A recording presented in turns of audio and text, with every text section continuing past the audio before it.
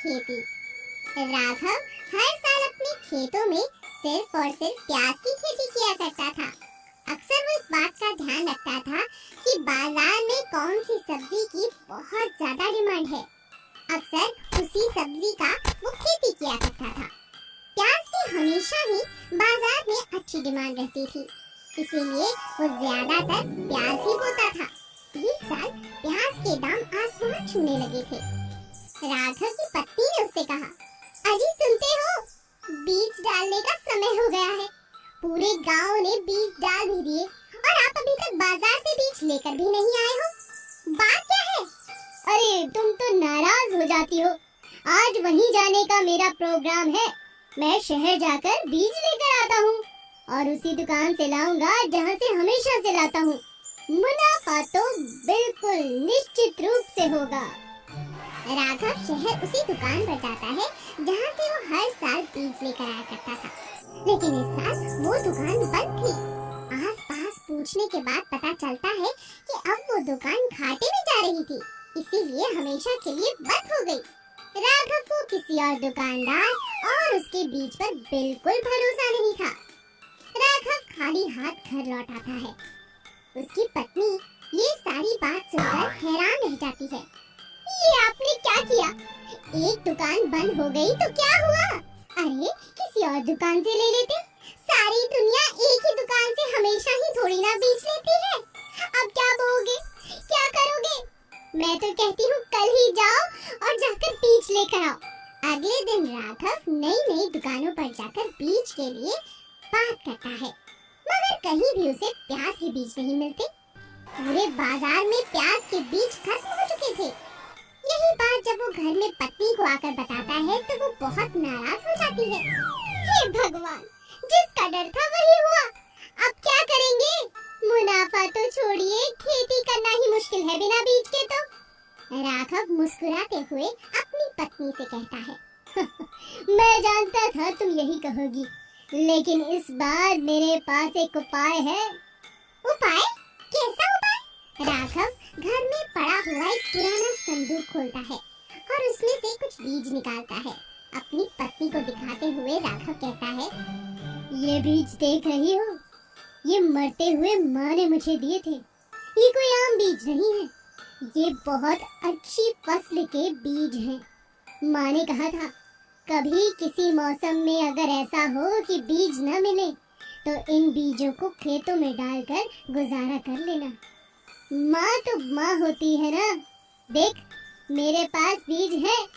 इस बार तो फसल ऐसी होगी कि पूरे गांव के पास ऐसी प्याज न मिलेगी। हाँ, ये तो आपने सच में कमाल की बात कर दी। अगले ही दिन राघव अपनी पत्नी के साथ खेतों में बीज डाल देता है। खेतों में बीज डालने के बाद एक अजीब चीज होती है।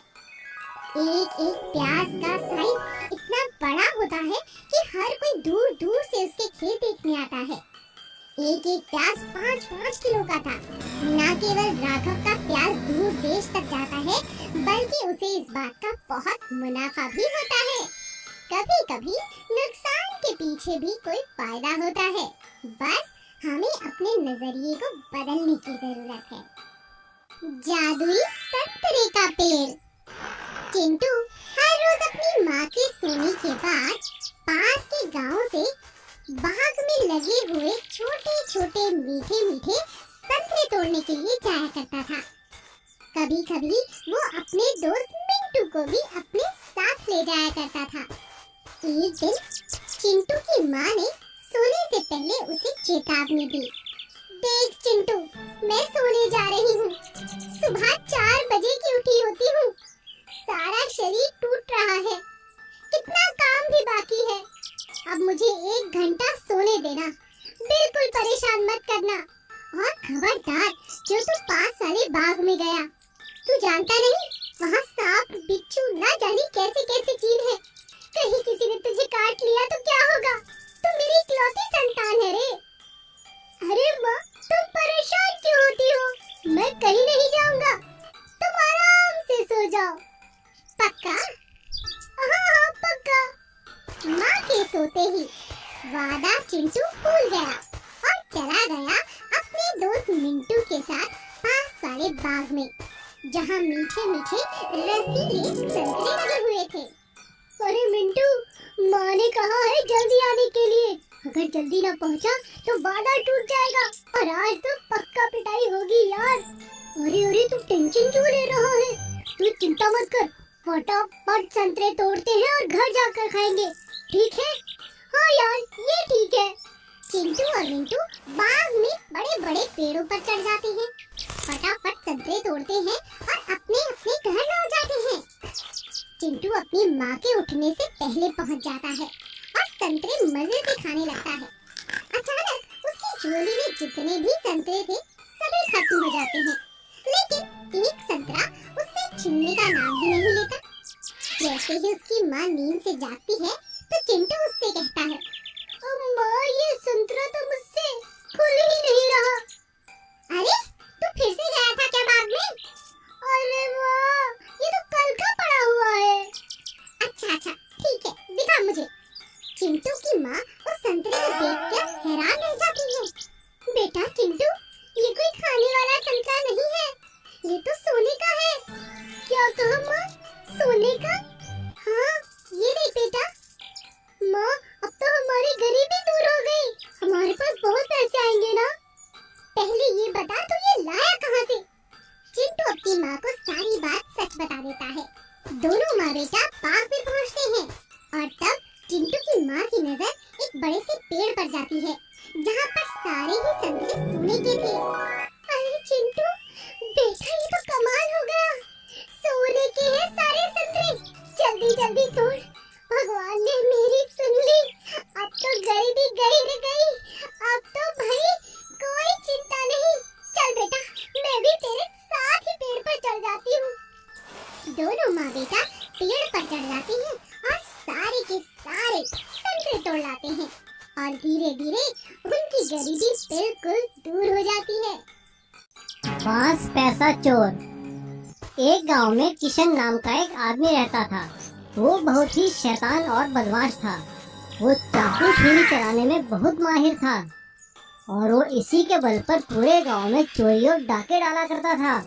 पूरे गांव के लोग उससे बहुत ही परेशान थे। एक दिन गांव के सभी लोग मिलकर सरपंच के पास उसकी शिकायत लेकर गए। सरपंच जी देखिए, इस किशन ने बहुत तंग किया हुआ है, जब देखो हमें लूटता रहता है। अब तो इस गांव में रहना मुश्किल हो गया है। आप कुछ कीजिए वरना हम सभी लोग गांव छोड़कर चले जाएंगे। गांव वालों की शिकायत सुनकर सरपंच ने कहा, ठीक है, मुझे कुछ दिन का समय दीजिए। मैं कल ही शहर जाकर बड़े थानेदार साहब से बात करता हूँ, वही कुछ हल निकालेंगे। और अगले दिन सरपंच किशन की शिकायत लेकर गांव से शहर बड़े थाने गया और सरपंच ने वहां जाकर इंस्पेक्टर विजय को सारी बात बताई। सरपंच की बात सुनकर इंस्पेक्टर विजय ने हवलदार से कहा, अरे हवलदार सुनो, अभी जीप निकालो, हम खुद जाकर गांव में रहेंगे, फिर देखते हैं किशन कैसे बचता है।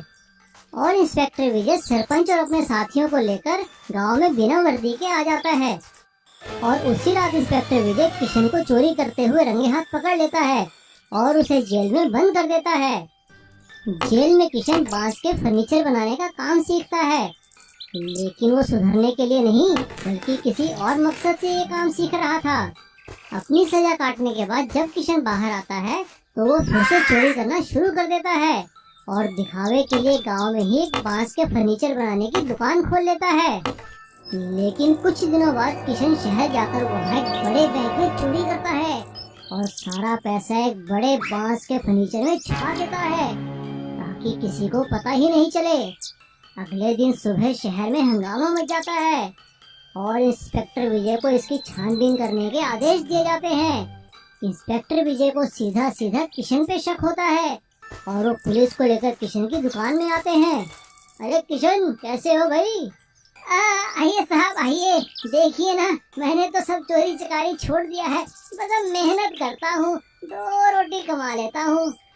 अरे वाह किशन, तुमने तो बड़ा अच्छा फर्नीचर बनाया है भाई।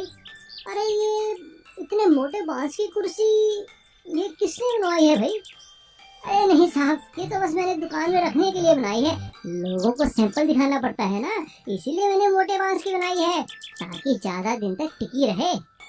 अरे वाह, ये तो बहुत अच्छी है भाई, हमें इसे भेज दो।